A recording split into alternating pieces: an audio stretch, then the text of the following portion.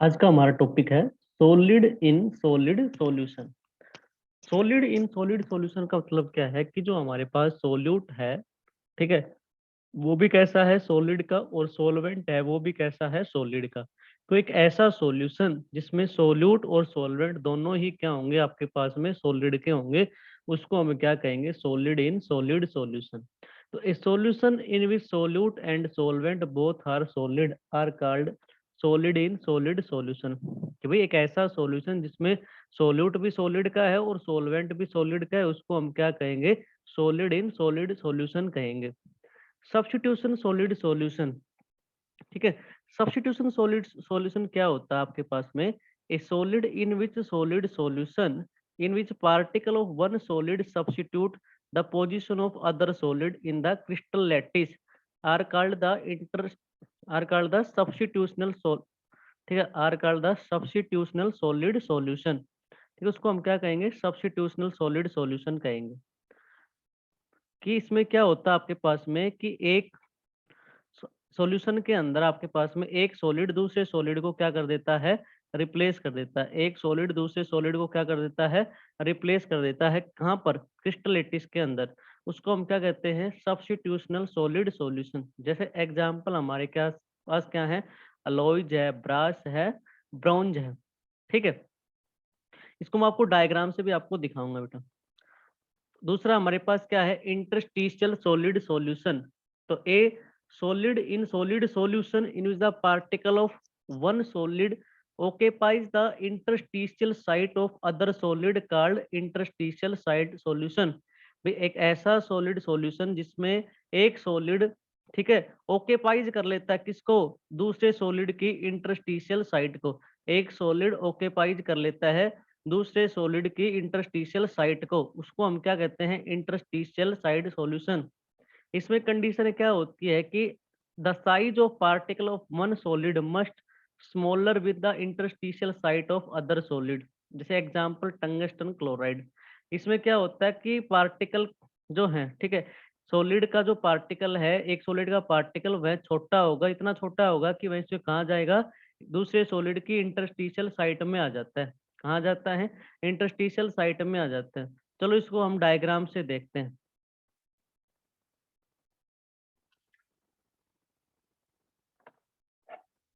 ये हमारे पास क्या बेटा सब्स्टिट्यूशन सॉलिड सॉल्यूशन का डायग्राम है। इसमें क्या होता है कि मैंने क्या बताया था कि सब्स्टिट्यूशन सॉलिड क्या होंगे कि इसमें एक सॉलिड दूसरे सॉलिड को क्या कर देते हैं सब्स्टिट्यूट कर देते हैं। तो जो आपके पास में ये ऐसे कलर का दिखाई दे रहा है, ठीक है, एकदम लाइट पिंक है, वो क्या है आपके पास में, ठीक है, ये सॉल्वेंट है आपके पास में, और ये क्या है आपके पास में सोल्यूट है, ये क्या है सोल्यूट है। तो इसमें होगा क्या कि, ठीक है, इसमें एक सॉलिड दूसरे सॉलिड की जगह को क्या कर रहे हैं रिप्लेस कर रहे हैं, ठीक है, सब्स्टिट्यूट कर रहे हैं। तो आपको दिख रहा है कि क्रिस्टल सिस्टम है, तो ये आपके पास में क्या है, ठीक है, ये क्या हो गए आपके पास में सब्स्टिट्यूट हो गए, ये क्या हो गए आपके पास में सब्स्टिट्यूट हो गए। तो इसको हम क्या कहेंगे सब्स्टिट्यूशनल सॉलिड सॉल्यूशन कहेंगे। इसको हम क्या कहेंगे सब्स्टिट्यूशनल सॉलिड सॉल्यूशन कहेंगे, ठीक है। इंटरस्टिशियल सॉलिड सॉल्यूशन में क्या होता है कि एक सॉलिड के पार्टिकल दूसरे सॉलिड के पार्टिकल की कौन सी जगह को ऑक्यूपाई कर लेते हैं इंटरस्टिशियल साइट। तो यहाँ देखिए आप, ये क्या होती है, ये क्या होती है इंटरस्टिशियल साइट होती है, ठीक है, ये क्या होती है इंटरस्टिशियल साइट होती है।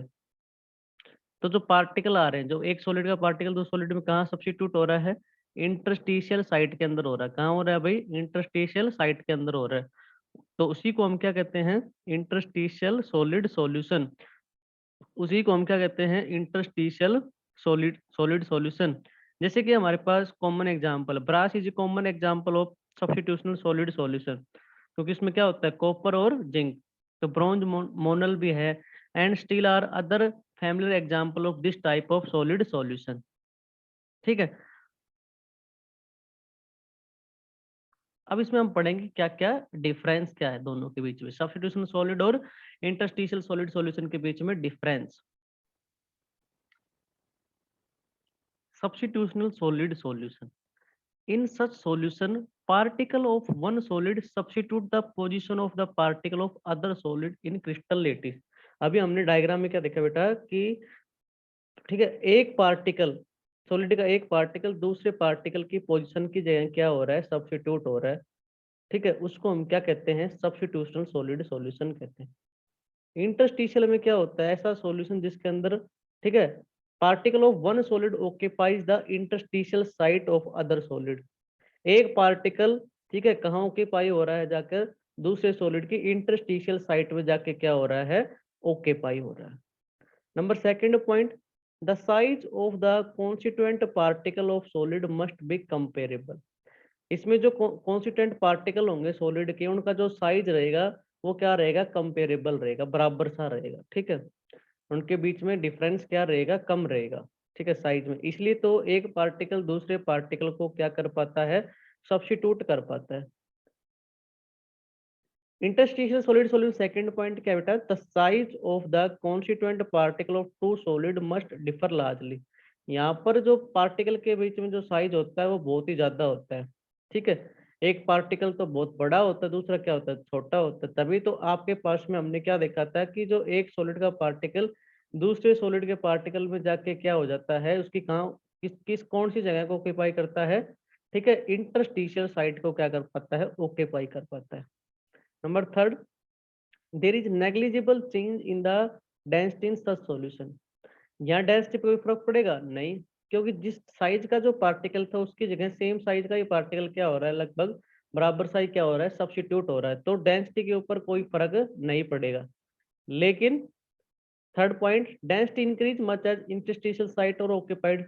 यहाँ किसी की जगह कोई ऑक्यूपाइड नहीं हो रहा, जब बल्कि हो क्या रहा है आपके पास में, ठीक है, इंटरस्टिशियल साइट की जगह आकर ऑक्यूपाइज हो रहा है। इसलिए पार्टिकल का साइज तो पहले के बजाय उसका जो वेट है वो बढ़ गया, ठीक है, इसका मतलब यहाँ से आपके पास में डेंसिटी भी क्या हो जाएगी, बढ़ जाएगी। There is not much change in hardness. Substitution solid solution अंदर उसकी, ठीक है, हार्डनेस पे कोई फर्क नहीं पड़ता, उसकी हार्डनेस पे कोई फर्क नहीं पड़ता, ठीक है, क्योंकि सिर्फ पार्टिकल की पोजीशन चेंज होती है। और लेकिन इंटरस्टिशियल सॉलिड सॉल्यूशन के अंदर the hardness of solid increase much more. पहले से बजाय और ज्यादा वह क्या हो जाता है, स्ट्रॉन्ग हो जाता है। क्यों? क्योंकि उसके अंदर जो खाली स्पेस होता है वो भी क्या हो जाता है, वापस से फिल हो जाता है, जिसकी वजह से, ठीक है, इंटरस्टिशियल सॉलिड सॉल्यूशन पहले की बजाय और ज्यादा क्या हो जाता है, हार्ड हो जाता है। The malleability and ductility remain same. Substitution solids के अंदर मेलिबिलिटी और डक्टिलिटी क्या रहती है, सेम ही रहती है। लेकिन इंटरस्टिशियल सॉलिड के अंदर, ठीक है, the malleability and ductility decrease sharply. धीरे धीरे क्या होती चली जाती है, घटती चली जाती है बहुत तेजी से, धीरे धीरे क्या होती चली जाती है, घटती चली जाती है बहुत ही तेजी से।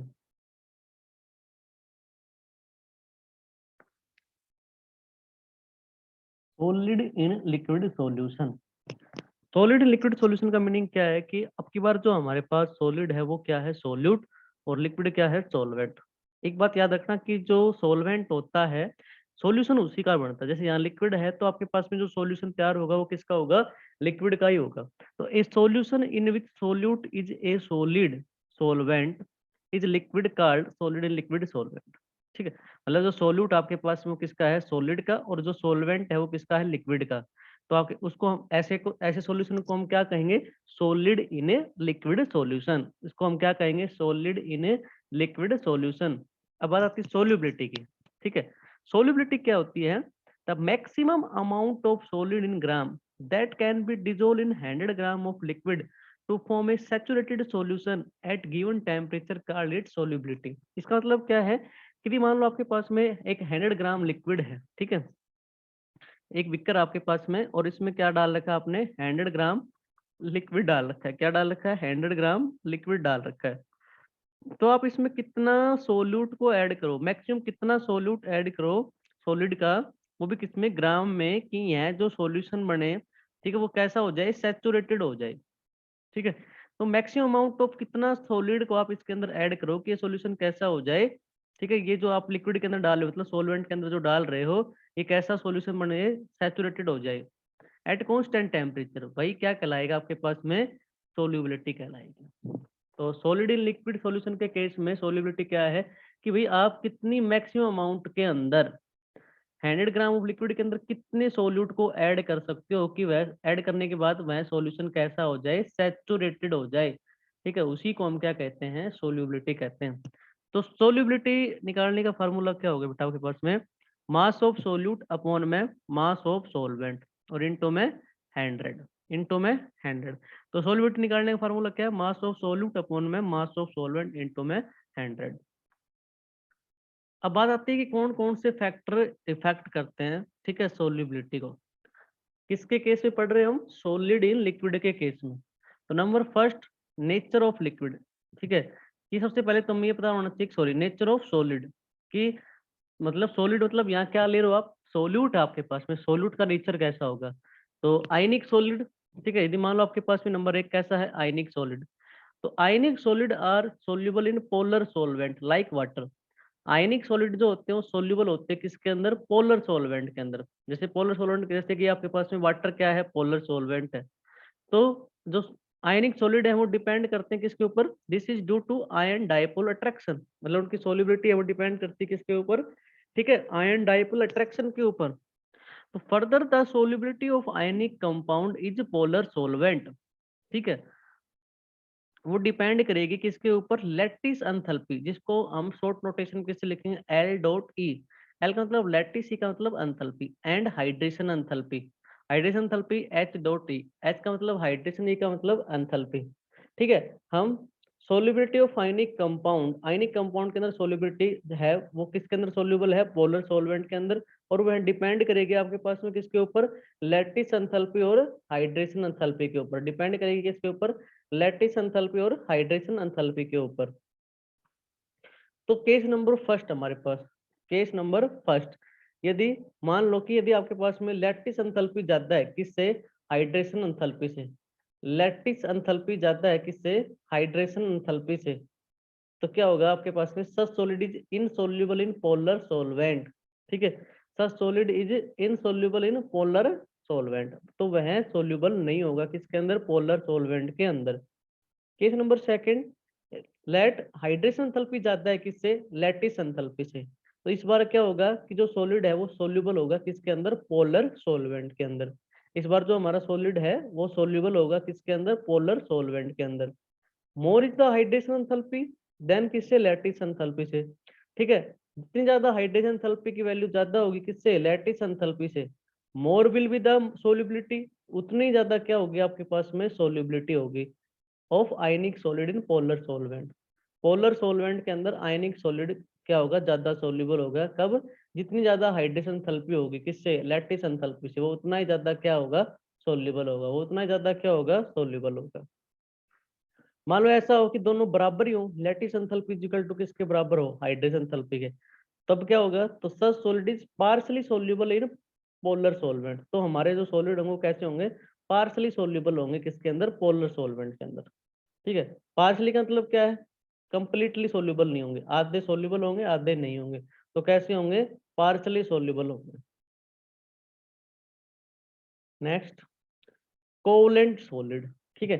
तो जैसे आयनिक सॉलिड किस पे सुटेबल होते हैं आपके पास में, किस में सोल्यूबल होते हैं, पोलर सॉल्वेंट के अंदर। तो कोवलेंट सॉलिड है वो किसके अंदर सोल्यूबल होता है, नॉन पोलर सॉल्वेंट के अंदर, ठीक है। कोवलेंट सॉलिड किस में होता है, नॉन पोलर सॉल्वेंट के अंदर। तो covalent solid are soluble in non polar solvent, covalent solid किस में सोल्यूबल होते हैं, नॉन पोलर सॉल्वेंट के अंदर सोल्यूबल होते हैं।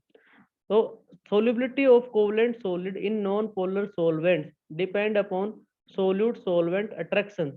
तो जो solubility है किसकी, कोवलेंट सॉलिड की, किसके अंदर, नॉन पोलर सॉल्वेंट के अंदर, वह डिपेंड करती है किसके ऊपर, सोल्यूट सॉल्वेंट के अट्रैक्शन के ऊपर, मतलब सोल्यूट और सॉल्वेंट के बीच में कैसा अट्रैक्शन है, ठीक है, तो वह डिपेंड करती है सोल्यूट सॉल्वेंट अट्रैक्शन पे। केस नंबर फर्स्ट, लेट मान लो कि आपके पास में सोल्यूट सोल्यूट अट्रैक्शन प्लस में सोलवेंट सोलवेंट अट्रैक्शन ज्यादा है, क्या कह रहा हूं भाई मैं, सोल्यूट सोल्यूट अट्रैक्शन प्लस में सोलवेंट सोलवेंट अट्रैक्शन ज्यादा है किससे, सोल्यूट सोलवेंट अट्रैक्शन से, तो क्या होगा, द सॉलिड इज इनसोल्यूबल, तो वह सॉलिड क्या नहीं होगा, सोल्यूबल नहीं होगा।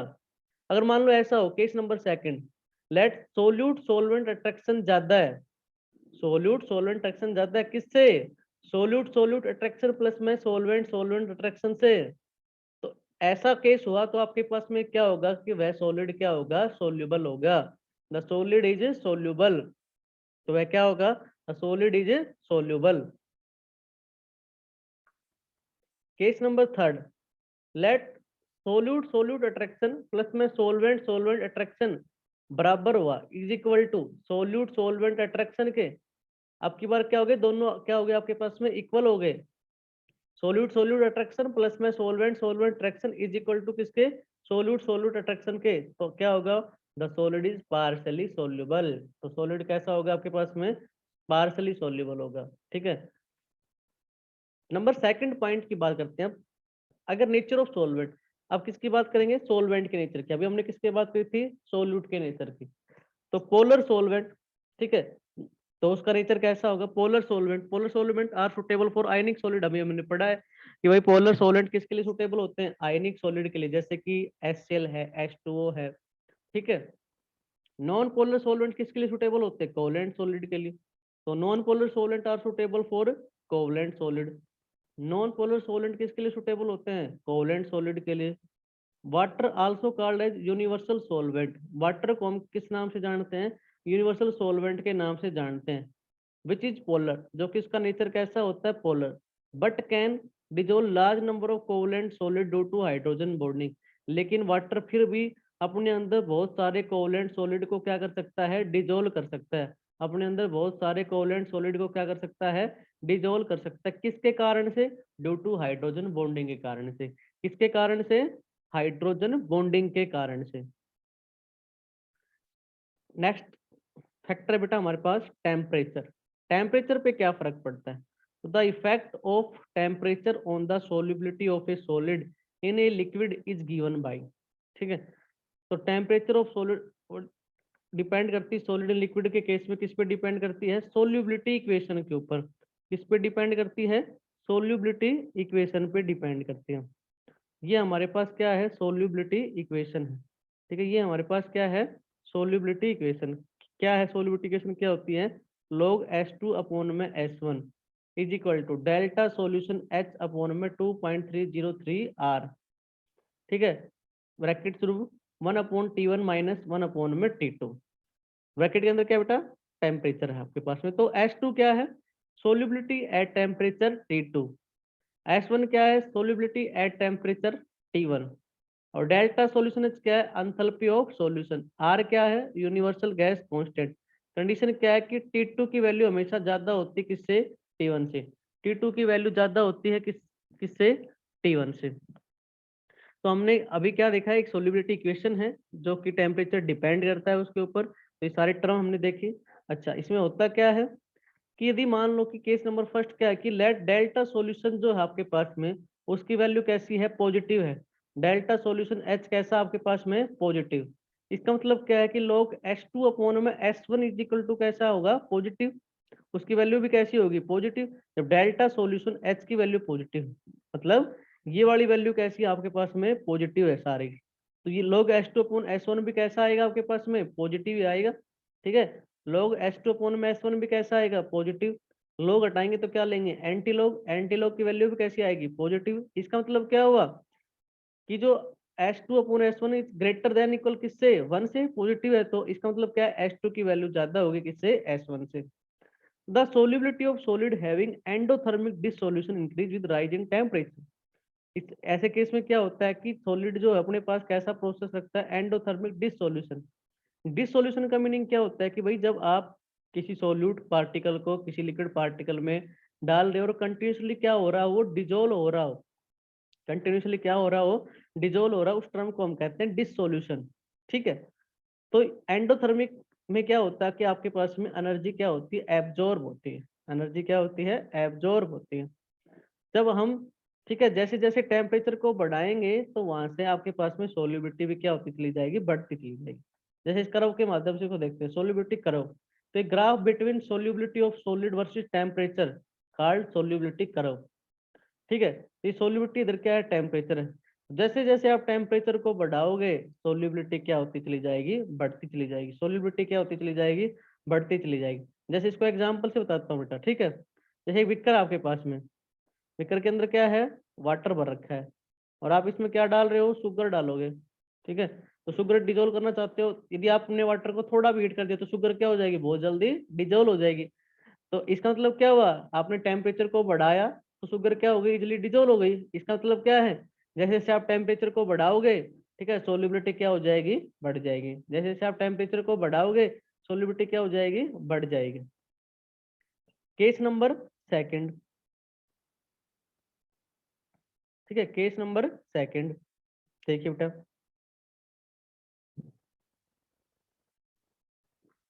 लेट डेल्टा सॉल्यूशन H कैसा हो आपके पास में, आपके बार कैसा है, नेगेटिव।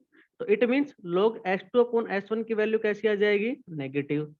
तो H, अगर आप दोनों साइड क्या लेंगे, एंटी लॉग लेंगे तो वैल्यू कैसी होगी, नेगेटिव। इसका मतलब आपकी बार आपके पास में H2 अपॉन H1 की वैल्यू कैसी आ गई, ठीक है, नेगेटिव आ गई, मतलब लेस देन 1। इसका मतलब क्या, आपकी बार S1 की वैल्यू ज्यादा है किससे, H2 के। तो इसका मतलब क्या हुआ कि the solubility of solid having exothermic dissolution decrease with rise in temperature. तो अब की बार कौन सा हुआ आपके पास में, एक्सोथर्मिक। एक्सोथर्मिक में क्या होता है, जब आप टेम्परेचर को बढ़ाओगे, ठीक है, तो आपके पास में सोल्युबिलिटी क्या हो जाएगी, घट जाएगी। ठीक है, एक्सोथर्मिक के केस में क्या होता है, जब आप टेम्परेचर को बढ़ाओगे तो सोल्युबिलिटी क्या हो जाएगी, ठीक है, घट जाएगी। तो ये सोल्युबिलिटी करो, इधर क्या बेटा, सोल्युबिलिटी, इधर क्या है, टेम्परेचर। जैसे जैसे आप टेम्परेचर को बढ़ाओगे सोल्युबिलिटी क्या होती चली जाएगी, डिक्रीज होती चली जाएगी। जैसे जैसे आप टेम्परेचर को बढ़ाओगे सोल्युबिलिटी क्या होती चली जाएगी, डिक्रीज होती चली जाएगी। केस नंबर थर्ड, अब की बार मान लो क्या है कि लेट डेल्टा सॉल्यूशन एच की वैल्यू कितनी आपके पास में कैसी है, 0। तो इसका मतलब क्या है, लोग H2 अपॉन S1 की वैल्यू क्या हो गई, 0। तो H2 अपॉन S1 मतलब एंटी लॉग भी कितना हो गया, 0। और किसी की वैल्यू 0 हो तो किसके बराबर होती है, 1 के बराबर होती है। किसी की वैल्यू 0 किसके बराबर होती है, 1 के बराबर होती है। तो इट मीन्स H2 बराबर क्या हो जाएगा आपके पास में, S1।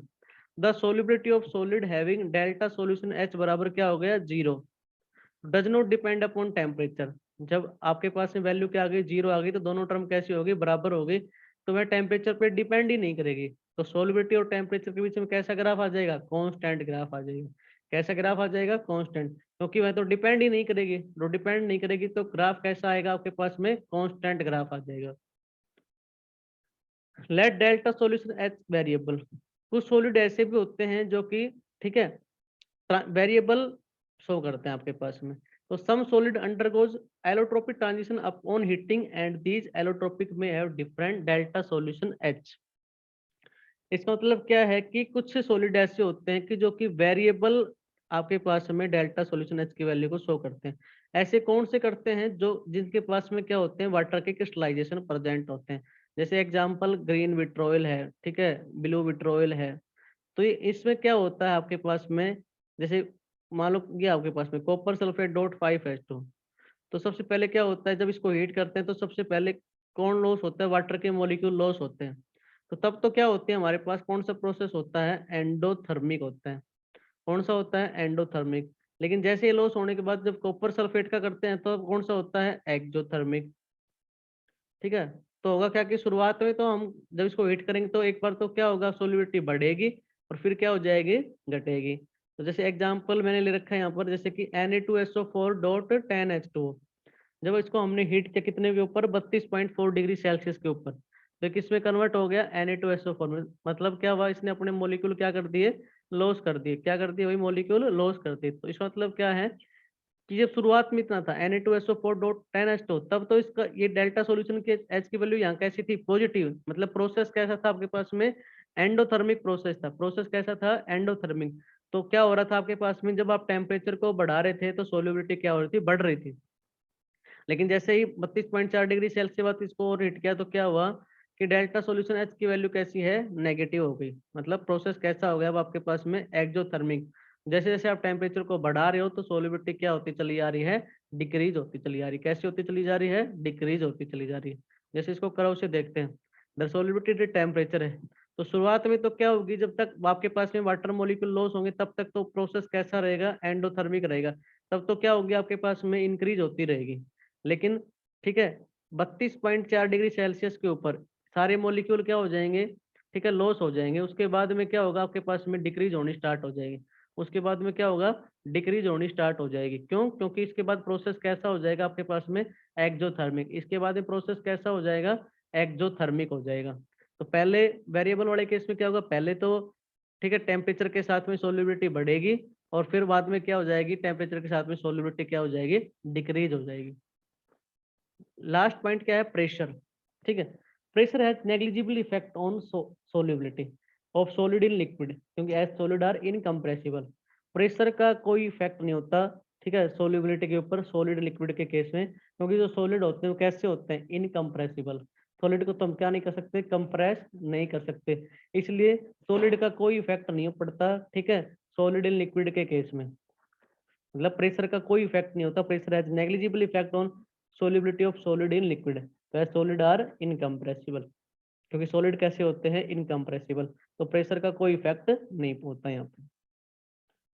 वीडियो अच्छी लगे तो लाइक करें, शेयर करें और सब्सक्राइब करें।